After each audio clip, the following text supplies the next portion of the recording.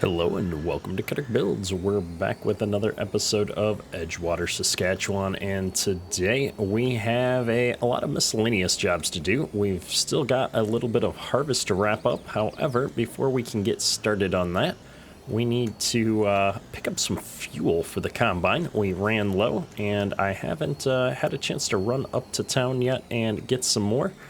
And so what we're going to be doing today is picking up some of these straw bales and seeing if we can run these up to a sell point, and then while we're up there we're going to also get some fuel. There we go, forgot to plug the trailer in when I hooked it up here.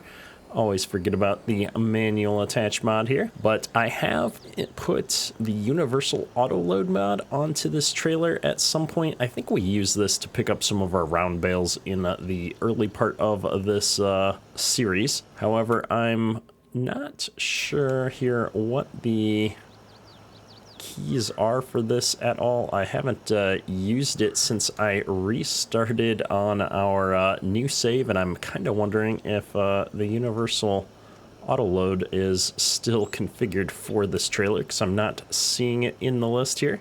Oh, left shift R. There we go. Oh, it's working, no problem.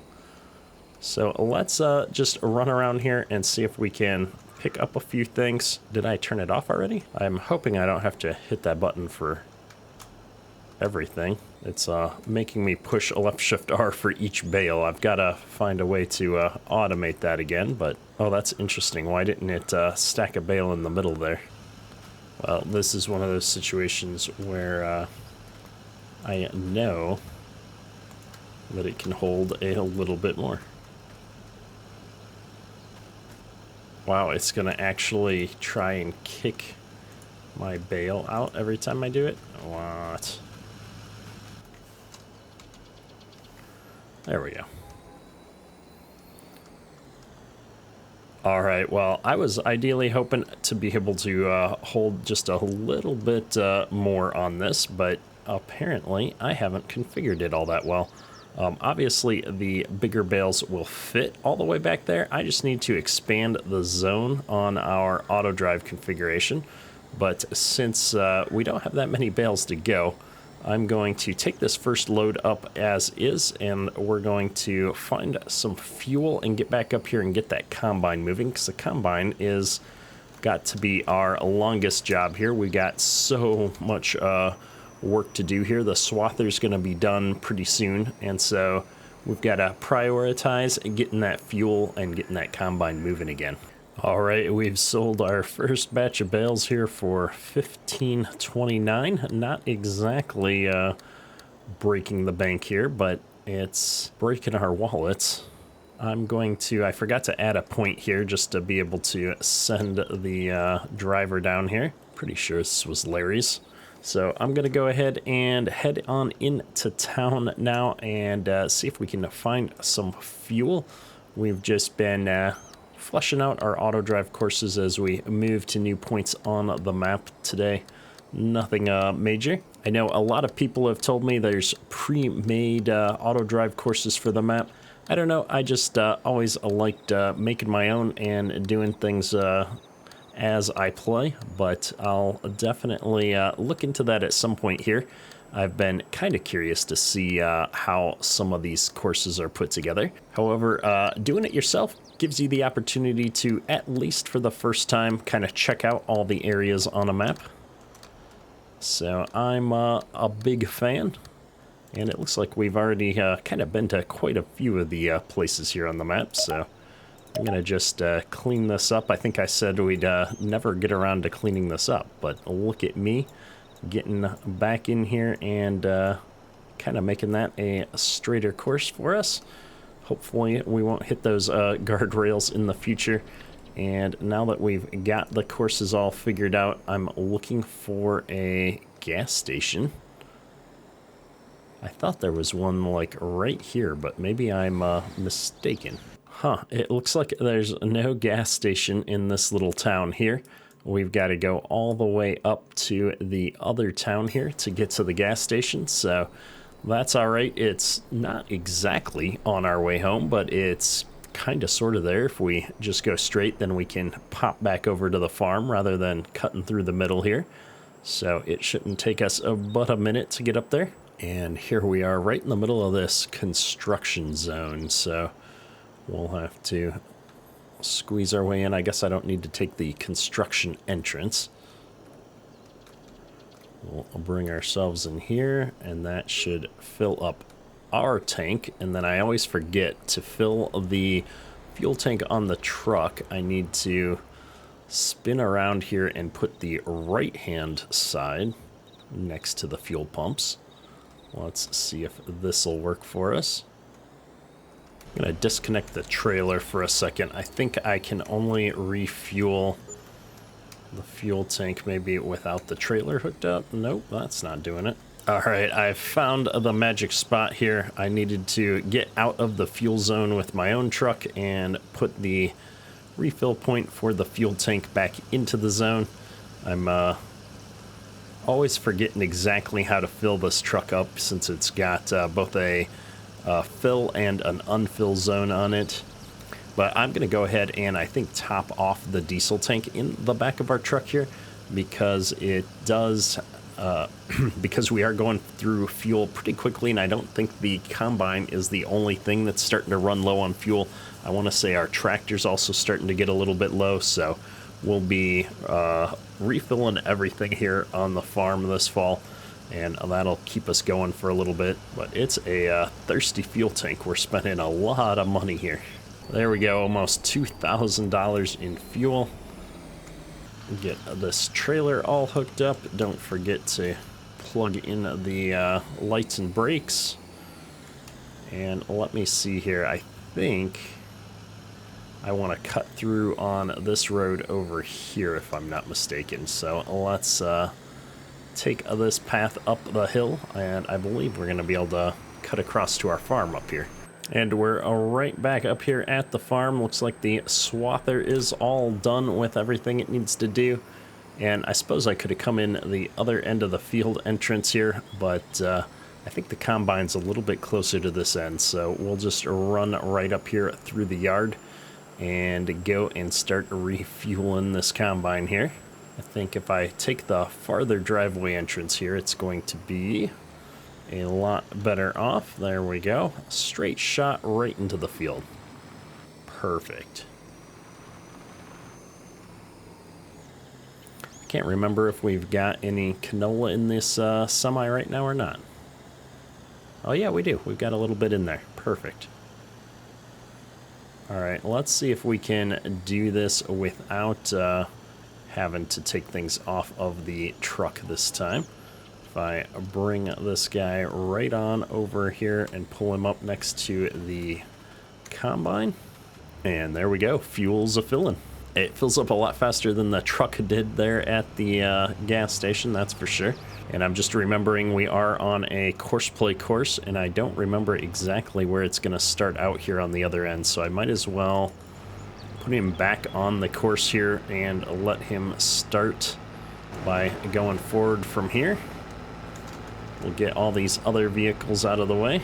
I'll just go ahead and put the grain cart right over the semi here. Might as well dump what grain we've got. And let's see if moving this pickup out of the way is going to help out any. There we go. Combine is off to the races again, which leaves us free to work on picking up all of these bales. It loads it in such an odd manner. Like, why is it leaving that big gap in the middle there? I just don't understand what the universal auto load mode is doing here, but it is what it is. Oh no, it's starting to rain. That's gonna put a nasty dent in my ability to run the combine.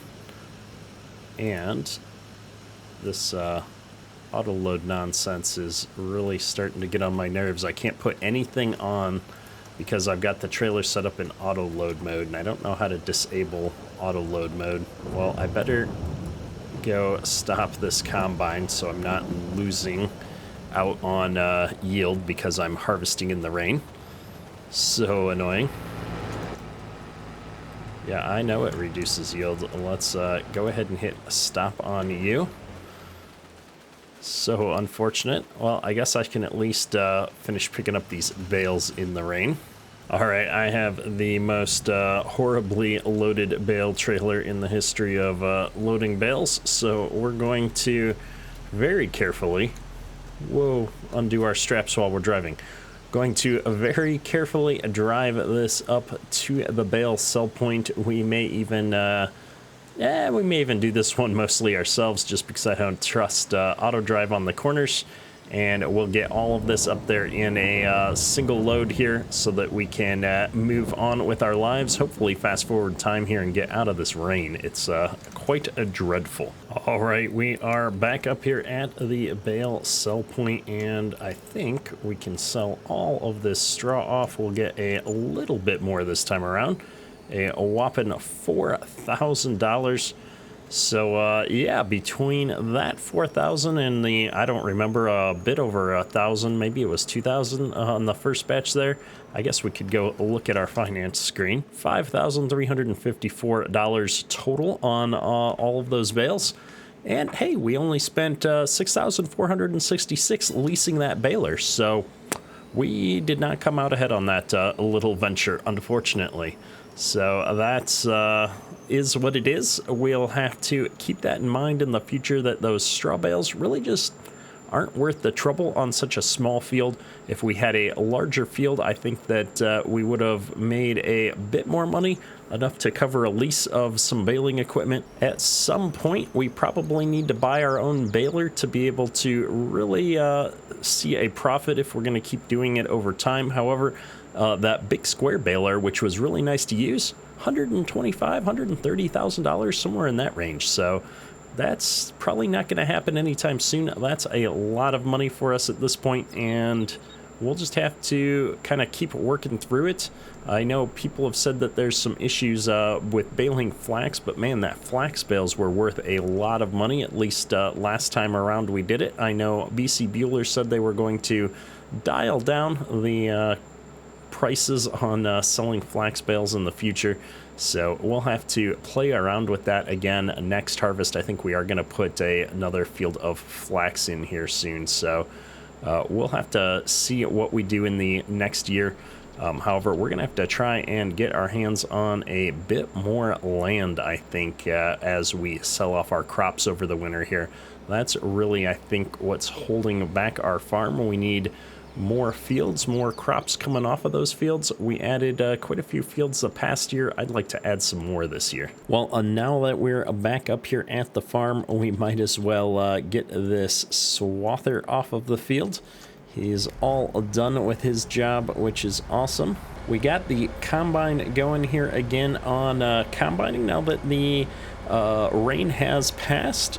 So we're way behind where I'd like to be on this field. However, we're already back here on the shorter squirrely rows, and that's encouraging. I think we'll get caught up here pretty quick. My goal for today is to try and knock out the rest of harvest. It's just this field left hanging in there, and so I want to get all of this grain off of the field here. We did get just a little bit of a shower, so we're probably pushing our luck a little bit in continuing to combine here, but I don't think the crops got too wet, and we've got to get them off of the field before we get even worse storms here coming up in the next few days. And I'm excited to take a look at our field maps and figure out what kind of activities we need to do on these fields. We're probably going to need to spread some lime again on a few fields here, which will be interesting. I'm probably going to go ahead and lease that same spreader box that we got from the co-op last year. I think that worked out really well for us. And I'm just trying to squeeze my way back here. I forgot we've actually got a bobcat sitting in the other shed here. We need to find some more. We need to find some more uses for that here at some point. That was a fun mod to play around with. And yeah, we've got most of the other equipment all picked up and put away here. We're doing pretty good. I've actually got some lime back here in the back of the shed that we can leverage here before we have to start buying some more. And I think what I'm gonna do is actually disconnect this trailer. We've run this versatile pretty well on it. However, I think we're gonna try and swap back over to the white. If I'm not mistaken, the white is just a little bit faster here than the versatile. And so we're gonna run this back up into the yard here, and hopefully that combine will be getting pretty close to full by the time I can get back out here and get everything hooked up to go start emptying them out. We'll just go ahead and stick that thing in the shed for the time being. Not sure what we're going to use it for next, but maybe a little bit of tillage if we've got a few fields that are in a bad state.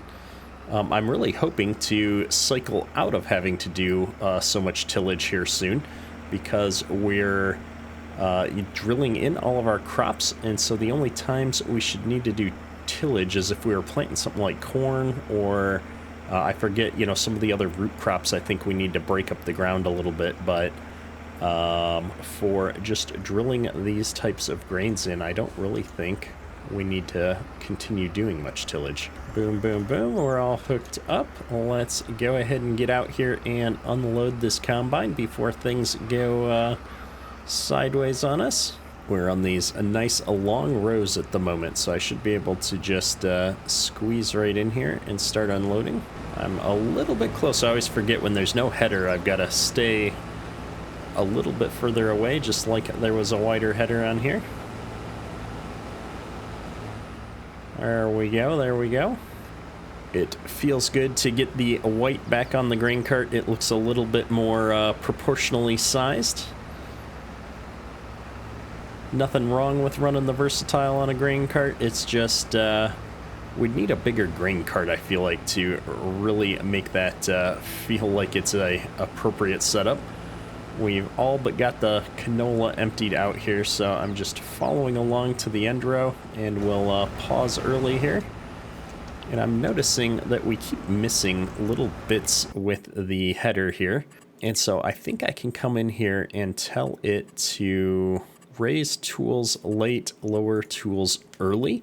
I'm hoping this means that we'll get the head down just a smidge better and avoid some of these spots where, like on the ends, you can see, if I run over here, we're leaving like these little bits here when we get to the spot where we're turning around. And I think that's just because we're not dropping the header down soon enough or raising it up fast enough. And so changing those settings will hopefully result in a few less of those spots. And I can't remember how much canola is in the semi right now, so we're gonna just head back down here. I'm gonna take this guy back up the long row one more time, get a little bit more canola in the grain cart, and we will go and empty into the semi, just to play around with that a bit more. I did forget, though, how much better the versatile handled this grain cart from a weight perspective.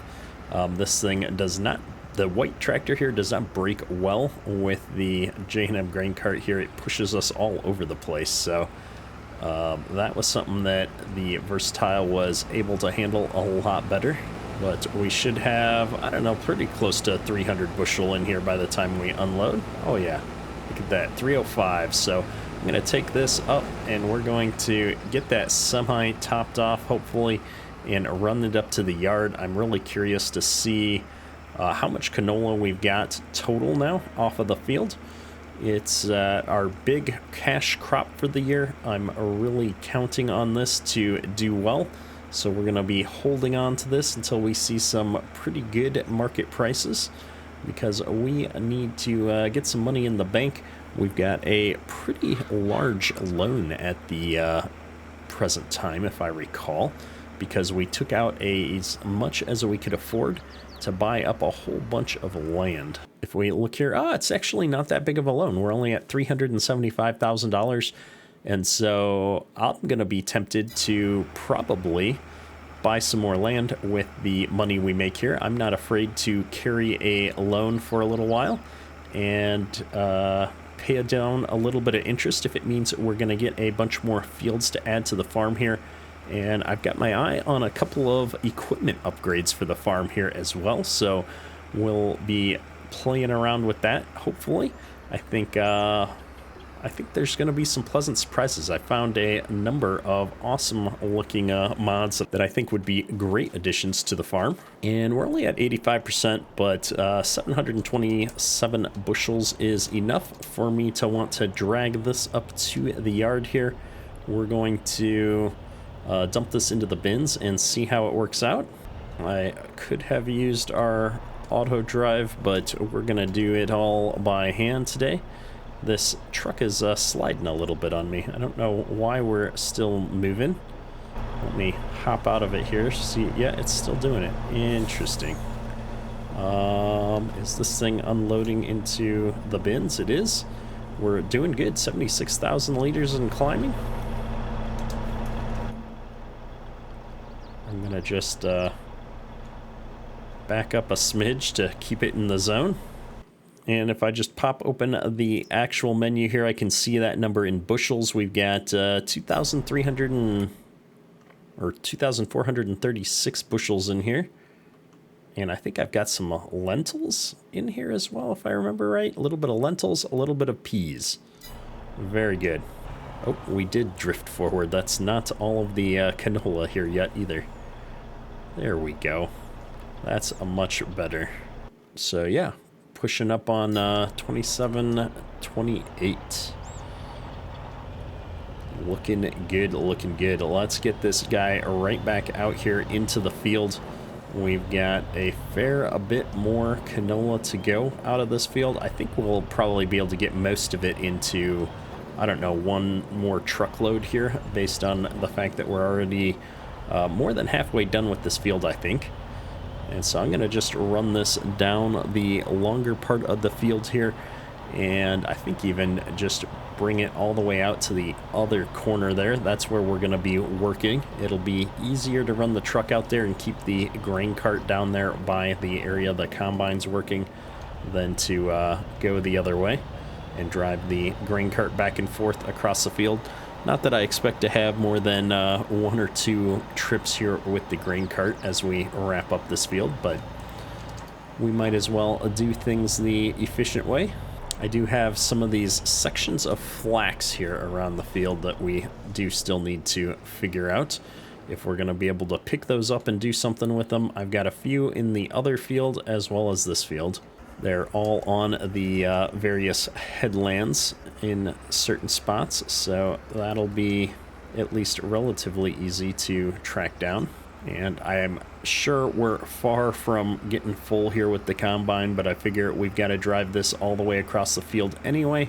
Might as well head on out here and see if we can unload the combine one more time while we're on these long rows. Now the real question is, will this semi be in the way where it's at, or is this gonna work without any problems? I don't know. It's gonna be close. Yeah, I think it's getting blocked here. Unfortunate. Every once in a while, you know, I just wish that things would work out. We're always dealing with the hassle. There we go. All right, let's get this guy unloading. This row didn't end up being nearly as long as the one before it, just given we're going on the angles and stuff here. But we might as well just get out of the way. We'll catch up with him on the next row down here. This one's fairly long. Oh, and this guy didn't even pick that row as his next row. I wonder where he's going. Well, I guess we'll just follow him and find out. All right, so he's grabbing these shorter rows here in the middle. I guess maybe he's on a lands mode course or something. I'm not really sure. I don't remember how this course ends up looking. However, it's going to make it near impossible to unload on the go down here. So I'm going to wait a few rounds until hopefully he gets onto like some of these longer rounds back here, or we get back up there and that last long round up there I could probably unload him on.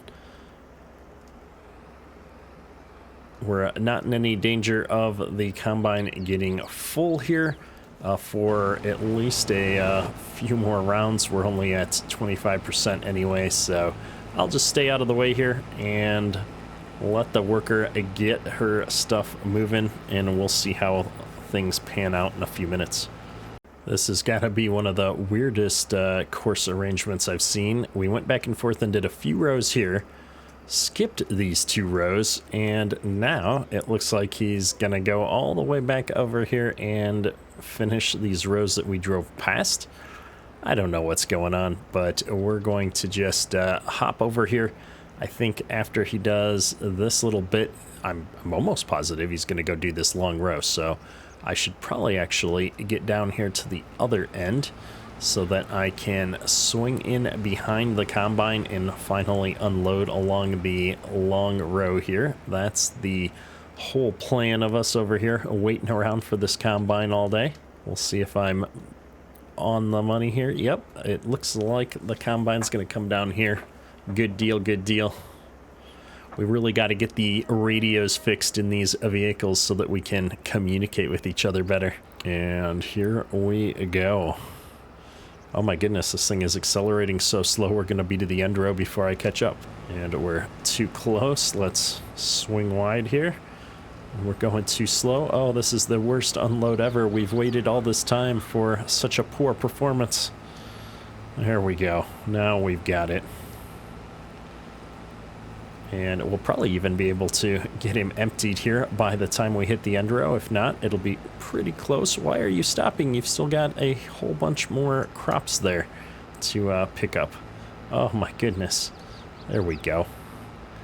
This has been nothing but a bunch of struggle here. I apologize, folks. Normally, it's not quite so difficult to get what we need done. Kind of curious where he's going in such a wide turnaround pattern, but looks like just getting back into the row here and bringing things up to hopefully these shorter rows over here. Go ahead and shut down the white. I think we're done with unloading for just a bit, and we'll hop over here. We've got just a few passes left. You know what? Let's take over here from course play. Course play's frustrating me greatly at the moment. We've missed all kinds of bits over here, including this one. We'll go ahead and pick this up. We'll just knock out the rest of harvest here on our own. I think it's gonna work out a lot more efficiently for us here. Give us a chance to pick up all these little missed bits on the headland for at least the canola. We'll try to avoid hitting the flax with anything, since we don't want to deal with having our crops wiped out of our bin hopper. We have got some interesting bits and pieces back here. Ooh, our window is super dirty here as well. I was hoping to be able to show that off in cab a little better than that, but you can see we've got quite a bit missed back here in the corner. So let's go ahead and get this all cleaned up here. See if we can do a little bit better job. It's hard to find good help these days. This pickup header always feels just a little bit odd to me with how far forward it sticks. It's very unusual, and these deer are all over the place here trying to get in the way. We definitely don't want to see how well a deer is going to go through a header like this. I don't think that would be a pretty sight. But I've got all these missed bits picked up here. Let's get back over here to the rows. I've got, what, 6 rows left here, maybe more? Can't quite count from in cab here. 1, 2, 3, 4, 5, 6, 7 rows over there. Very nice. I am on my last round here. We've got a single strip left over here on the other part of the field that we've got to go pick up, but we've managed to get all of this into the single hopper here on the combine without any problems, which is, I guess, good from a efficiency standpoint. I feel like our yields are probably just a little bit lower back here than I was hoping for. We're doing okay, but it's not great. I suppose it's a little bit better than previous runs. If I look at the precision farming map here, we had some yellow areas that are now a little bit greener over there. But by and large, not the best yield. Next time around, I'm hoping we can really get the yield up here. Again, this is a result of having to reset our farm using the easy dev tools, which means we didn't have any fertilizer states applied to most of our fields this year. So it's kind of a meh harvest for us. But we do have a lot of crops here in the bins now that we're going to be able to sell off this year. And I think be able to pick up at least one more field. I've been kind of looking around on the map while I've been driving the combine. I don't yet have a strong feeling for which field we're going to buy. So I've been just kind of keeping my eyes open. Part of me would really like to come over here to field 5 and get this one. It's nice and big, and it's only $286,000. So that would be a good one. Plus, it doesn't need to be plowed, because the other one I was looking at was this field down here, field 3. It's a little bit cheaper, and it feels like maybe more consolidated land area, not having any of these big islands with the trees on them. But I'd have to go out there and do a bunch of tillage on it. So I don't know. I'm leaning up towards field 7 here personally. We'll think about it. We'll take a look at it. And yeah, we're going to get this combine sent back up to the yard here. I should have a auto drive course right outside of this driveway, which will make this easy for me. Get the flashers on and send you to farm yard. Can't reach farmyard. What now? That doesn't seem right. Let me get him up here on the road, maybe. There we go. And we did almost top off the grain cart here, which is kind of cool. So let's get this up here and dumped into the semi. The semi will be probably about half full, maybe a smidge more, which is going to be fine. We'll get that all into the bins here, and that'll probably put us up at, oh, I don't even know, a little over 3,000 bushels in the bins, which, again, for a small farm like us, that's doing all right. Not the largest crop I've ever done, for sure. I've been having a lot of fun running kind of a more medium-sized farm here. It's working out pretty good for us, giving us a chance to mix up our equipment a little bit, use some different things. I'm liking this white tractor a lot from a look and feel perspective. It could use just a little bit more mass, especially when you've got the front weights on there to keep it from sliding around so much. And yeah, this J&M grain cart's been working out well for us as well. There we are, all emptied out. We'll go ahead and put the pipe back in and send this guy on up to the farm yard as well. Get him going here. And then for our semi driver here, we're gonna just back up to the entrance, and I think I'm gonna try and set up a delivery to the bins. And we'll see if this guy can manage to figure that out. We will have to go move some of the equipment that's in the way, but that's all right. Can't reach bins. Let's try that one more time. There we go. Just got to get him up onto the road.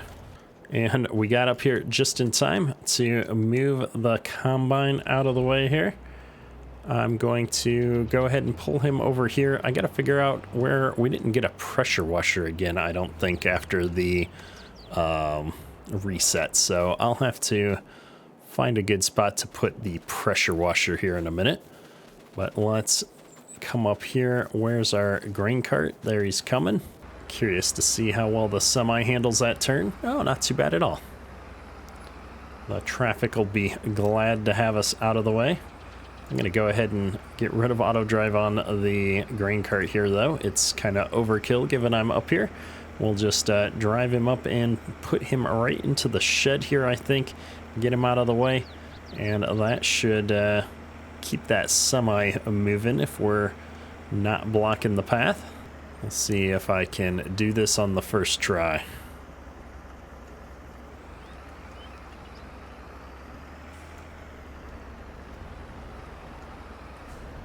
I can see that semi coming through the yard.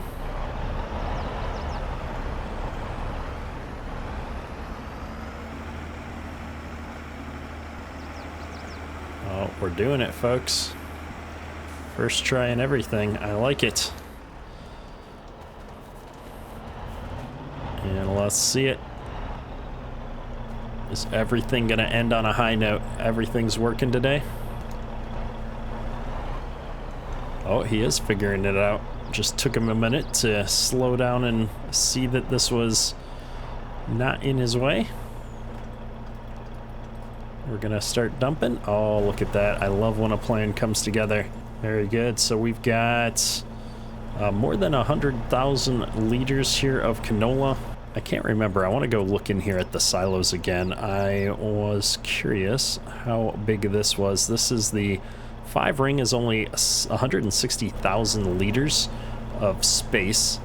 And so I'm seeing that we're actually 2/3 of the way full here. Not too shabby.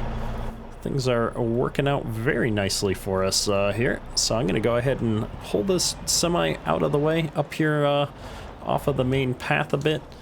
And I think we can go ahead and close up these bins now because we've got all of our crops in there. We've got the 39,000 liters of peas, 9,000 liters of lentils. Good deal. All of our bins all closed up here. And if I take one last look here in the commodity prices window, we've got just over 3,000 bushels of canola. Very nice. 1,100 bushels of peas and 263 bushels of lentils. Doing good, doing good. So we'll be now waiting for the winter months here, December, January, February time frame, to see if our price can come up here into the mid to high 50s. I don't think it's going to be worth our pain to lease the train. And then similarly here with peas, it looks like we may be better off waiting until we get into the June time frame to sell those off, as well as the lentils. So it's really all about this canola getting sold here in the winter to give us enough money to expand the farm, hopefully. However, that's going to be a wrap on harvest season here on Edgewater, Saskatchewan. Hopefully you enjoyed the episode. If you have, drop a like. Helps me out a lot. That's all for today. Ketterk out. There we go. Almost 2,000 up. At some point, we probably need to buy our own baler, but... Wow, really? Oh, the brakes. Whoopsie whoops. Oh, my goodness.